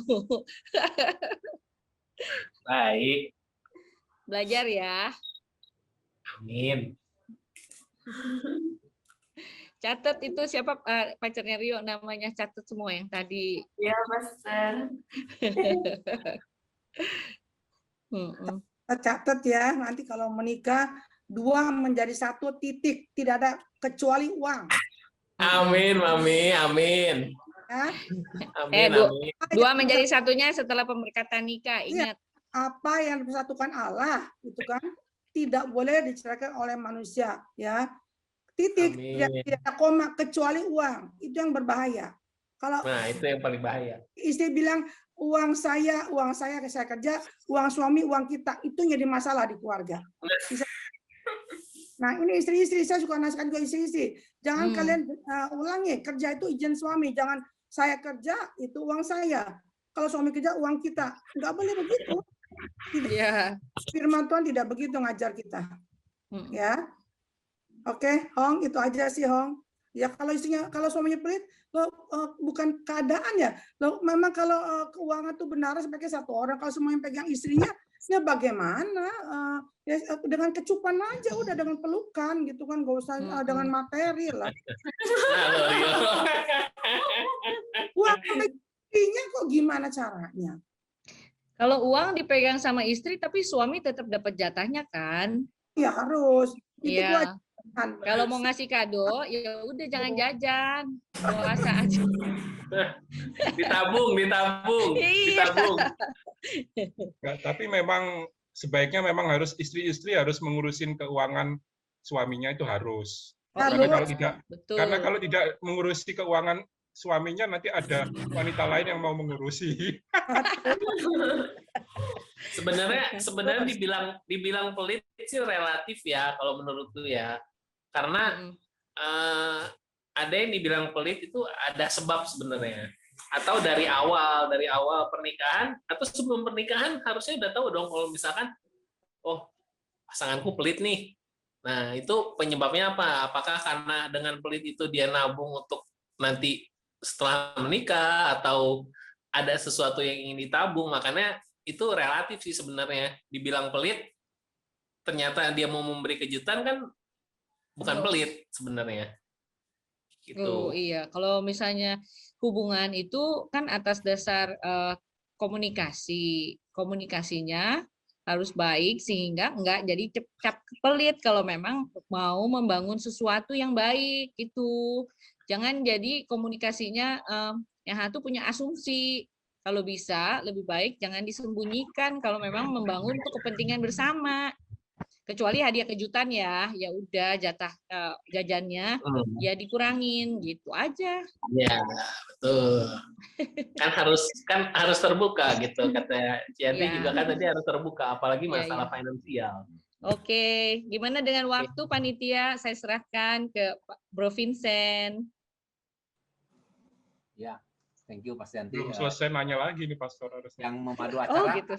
Pak Edi PG ya, Pak Edi PG. Iya, kalau diizinkan menjawab lagi ya saya jawab, tapi kalau waktunya sudah harus selesai ya saya selesaikan. Bagaimana Pak Edi? Silakan Pak Edi sebagai moderatornya. Mungkin kalau ada satu atau dua pertanyaan lagi.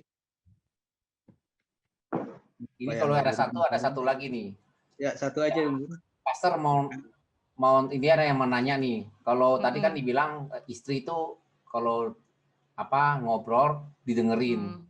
Tapi ini udah didengerin, dia diam aja dengerin terus diomelin suami istrinya. Kok diam aja? Tapi kalau dia jawab malah suka disalahin. Diam salah, jawab disalahin. Lalu sebagaimana nih? Ini dari Bro Niko. Diam salah, ngomong salah. Wah, bingung nih. Mana istrinya? Istrinya ngobrol sama saya aja dulu. Soalnya bingung kan ngomongin apa masalahnya. Kita kan belum tahu. Tanya kalau sudah benang kusut itu. Iya. Konseling pribadi itu, dia mesti konseling itu. Suaranya kedengaran Pastor Joy. Ininya cabut Bapak, bisa dicabut. Oh, itu dia. Sini aja. Kedengeran? Ya, kedengeran, Pastor. Ya, biasanya kalau sudah begitu, itu udah benang kusut. Masalahnya udah kemana-mana. Jadi sudah perlu konseling itu, ya. Kalau sudah begitu, udah benang kusut itu, udah di titik-titik nadir itu. Jadi itu butuh perlu bimbingan lagi kayaknya. Bimbingan gitu, ya. Ya, itu serius, tapi itu jangan sampai nanti suaminya jadi sakit hati ya dan bingung mau ngomong apa. Jadi lebih baik suami istri itu mesti sepakat dulu apa yang mau dibicarakan gitu. Waduh, ini ada pertanyaan yang ya. Ada pertanyaan yang kenceng nih dari Ibu Afnel ini. Iya, silakan dibacain. Saya nggak ketemu ini. Saya dan istri bekerja. Saya membayari semua kebutuhan keluarga, sandang, pangan, papan. Namun istri tidak mau menunjukkan berapa gaji dia. Dan uangnya hanya untuk dia. Apa itu diperbolehkan? Walau mungkin dulu sebelum nikah itu adalah permintaan atau perjanjian yang dia inginkan. Mohon responnya, Pastor. Tadi rasanya sih sudah dijawab sama Mas Ebua ya, Mak Elia ya. Jadi keuangan itu adalah hal yang cukup ini ya, apa sih namanya? Krusial. Ya, krusial, penting gitu ya. Bukan hanya sesuatu yang sensitif, tetapi sesuatu yang harus disepakati, tapi untuk kebaikan, sesuai firman Tuhan. Kesepakatannya jangan ada yang disembunyikan kan? Kesepakatannya menjadi satu dengan suami dengan istri menjadi satu, termasuk keuangannya. Jangan ada yang disimpan sendiri kan tadi dibilang sama Mak juga. Itu bisa jadi masalah karena di Alkitab ada 2.350 ayat tentang uang. Itu artinya penting dan uang bisa jadi berhala. Bisa jadi saingannya Tuhan. Tuhan mau pernikahan jadi bahagia, tapi kalau karena uang pernikahan itu kemudian tidak jadi bahagia, itu ada sesuatu yang harus diselesaikan mengenai keuangan. Jadi lebih baik disatukan saja keuangannya, dinyatakan, walaupun mungkin dikelola oleh istri untuk kebaikan bersama, tapi ya jangan sampai kemudian ada keterpisahan di dalam keuangan tersebut gitu. Itu yang menyebabkan banyak perceraian terjadi adalah karena masalah keuangan. Jadi memang harus hati-hati. Itu harus hati-hati. Jadi tolong dibicarakan ulang. Kalau memang butuh bantuan konselor pernikahan, silakan. Karena itu masalah yang serius ya. Oke, saya serahkan kembali kepada panitia untuk waktu. Saya tambahkan, Pastor Yanti. Ya, Mas, silakan. Kita itu saya sering menghadapi hal seperti ini. Ya, itu sebab akibatnya, Hong. Ya, gini dulu. Ini menyangkut tadi dibilang suaminya pelit atau istrinya pelit, sebab akibat, ya. Kalau istri bekerja, tadi saya katakan, kalau memang tidak ada keterbukaan di keluarga ini, istri bekerja, dia merasa saya bekerja, saya akan kasih uang sama mama saya, sama adik saya, karena suami tidak mengizinkan, misalnya seperti itu. Itulah yang sering terjadi. Kenapa seperti ada pendapat-pendapat yang disembunyikan. Demikian juga suami. Oh, gaji saya 3 juta. Saya akan bilang istri saya 2,5 juta, kali 5.000 saya kasih ke mama saya. Dari awal kami praktekkan, tadi kata uanglah menjadi sumber yang paling bisa menyebabkan perpecahan di keluarga. Dari awal kami sudah sepakat, ya. Waktu kita menikah, bukan kita menikah kita suami istri aja, tapi keluarga kita menjadi satu. Jadi keluarga suami kita keluarga saya keluarga suami kita. Dan caranya, ya. Kalau memang ini mungkin bisa diterapkan. Kami mulai dari awal pernikahan kami, di sebelah saya ada Om Sebua, ya. Jadi kalau keperluan keluarga Om Sebua mengatakan dari awal sama papa mama mertua saya, papa mama dari sananya saya ini anak, ya. Ini Elia menantu bukan orang lain, tapi ini adalah juga anak.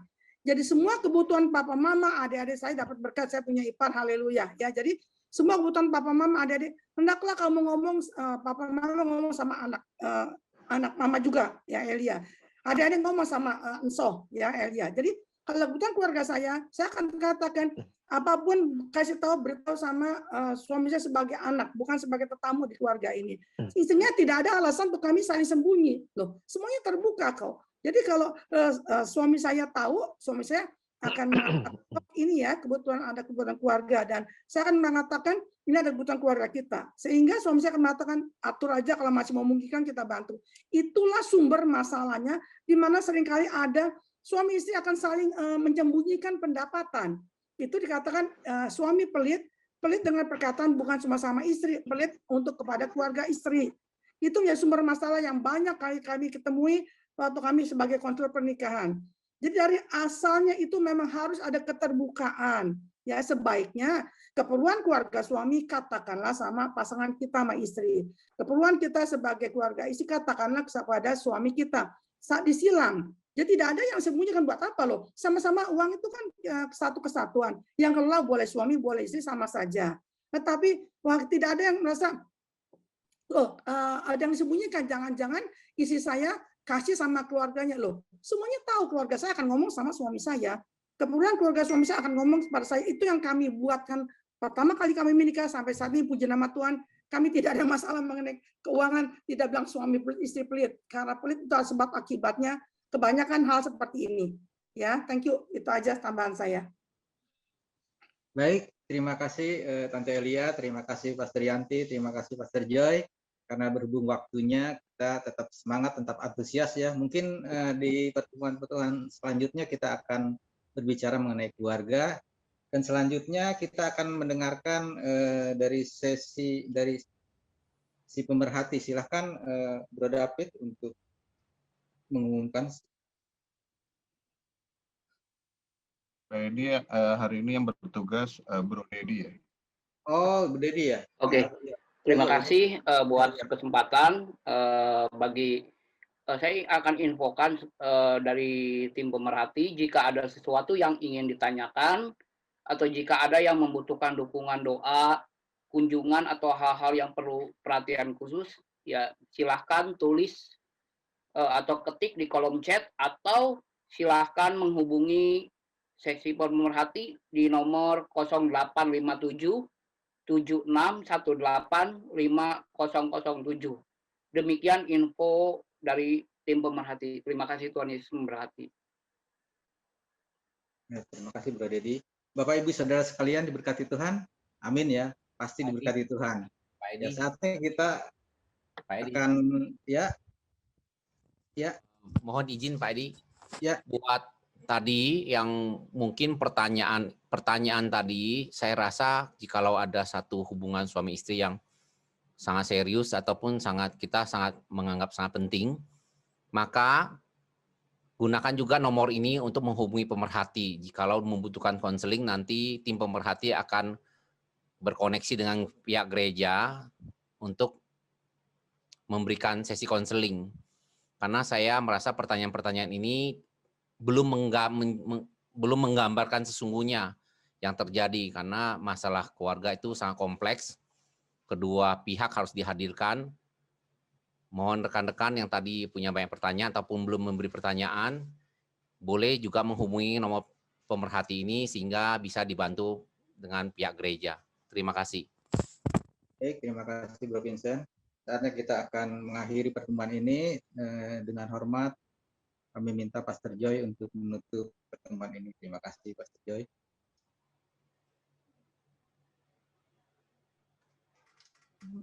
Ya, puji Tuhan, saudara, teman-teman semua yang hadir malam hari ini. Ya, jadikan tempat ini untuk kita bersama-sama bertumbuh, belajar mengenal Tuhan lebih lagi. Jadi setiap bulan live untuk empowering strongman tetap ada setiap bulan sekali. Jadi ada teman-teman pria kita yang mau gabung, boleh diajak ya. Baik, kita akhiri pertemuan kita malam hari ini dengan doa bersama-sama. Mari kita hampiri Tuhan, kita berdoa. Terima kasih buat malam hari ini Tuhan. Kiranya Engkau yang memberi kami hikmat untuk menerima semua apa yang kami sudah dengar, dan kami boleh mengaplikasikannya. Kami berdoa supaya semua para pria yang hari ini mengikuti Empowering Strongman bisa diberkati Tuhan, diberikan kemampuan oleh Tuhan untuk mengasihi istri mereka dengan nilai-nilai firman Tuhan. Kalau kami mendengarkan firman Tuhan, hati kami tergugah, hati kami tersentuh. Tuhan, tolong kami supaya hati kami tidak keras, tapi hati kami lembut. Firman Tuhan membebat hati kami menjadi hati seperti hati Tuhan. Terus menyatakan kebaikan dan kasih Tuhan lewat keluarga, melalui istri dan anak-anak kami. Ampuni Tuhan kalau ada salah yang kami ucapkan, yang kami lakukan, yang selama ini mungkin menyakiti hati istri. Kami berdoa, Tuhan ampuni kami, supaya kami menjadi pria-pria yang diberkati Tuhan. Pria-pria yang maksimal, menjadi pria-pria yang takut akan Tuhan. Karena kami percaya, waktu kami melakukan firman Tuhan, kami yakin dan percaya, kami diberkati Tuhan. Kami disertai Tuhan, kami dilindungi oleh Tuhan, bahkan kami ditolong oleh Tuhan. Topang setiap langkah-langkah kami, urapi setiap hati dan pikiran kami dengan hikmat yang dari Tuhan. Di dalam nama Tuhan Yesus. Bagi para pria-pria yang saat ini sedang bergumul mungkin buat pekerjaan mereka, kesehatan mereka, Tuhan kami berdoa, Tuhan memberkati mereka. Sembuhkanlah mereka yang sakit, sembuhkanlah mereka yang sedang menderita. Pulihkan mereka dengan sempurna di dalam nama Tuhan Yesus Kristus. Yang sedang mungkin usahanya sedang mengalami goncangan, mengalami pergumulan. Tuhan buat jalan baru buat mereka, buat mujizat buat mereka. Tambahkanlah mereka kesabaran, tambahkanlah mereka hikmat, supaya Tuhan di situasi yang situasi sulit, Tuhan Kau tidak pernah meninggalkan mereka. Supaya memberkati Tuhan kebutuhan mereka, terutama iman percaya mereka dalam situasi seperti ini. Mereka tetap bergantung, berharap, mengandalkan Tuhan lebih dari segalanya. Di dalam nama Tuhan Yesus, Kau yang mengurapi dan memberkati semua yang hadir pada malam hari ini. Bahkan para istri yang hadir bersama-sama mendengarkan firman Tuhan malam ini. Biar berkat Allah turun buat mereka. Seperti janji Tuhan, Tuhan memberkati kami seperti Tuhan memberkati Abraham, Ishak, dan Yakub. Haleluya. Diberkati dengan kekuatan, diberkati dengan kesehatan, Amin. diberkati dengan sukacita yang dari Tuhan. Amin. Doa di dalam nama Tuhan Yesus. Nama Tuhan. Berkati Tuhan. Kami serahkan seluruh keluarga yang hadir malam hari ini. Biar diberkati Tuhan. Kami serahkan hari-hari kami selanjutnya. Kami percaya Tuhan memberkati kami. Amin. Tuhan menyertai kami. Amin. Damai sejahtera dari Allah Bapa kami yang di sorga, serta cinta kasih sayang di dalam Tuhan Yesus Kristus, serta pimpinan dan persekutuan di dalam Roh Kudus, memberkati dan mengurapi semua kami, mulai hari ini dan seterusnya. Tuhan Yesus memberkati. Amin. Amin. Tuhan berkati. Amin. Terima kasih. Terima kasih. Terima kasih Bang Joy. Terima kasih. Terima kasih semuanya. Terima kasih yang Mas Rianti, terima kasih semuanya. Terima kasih.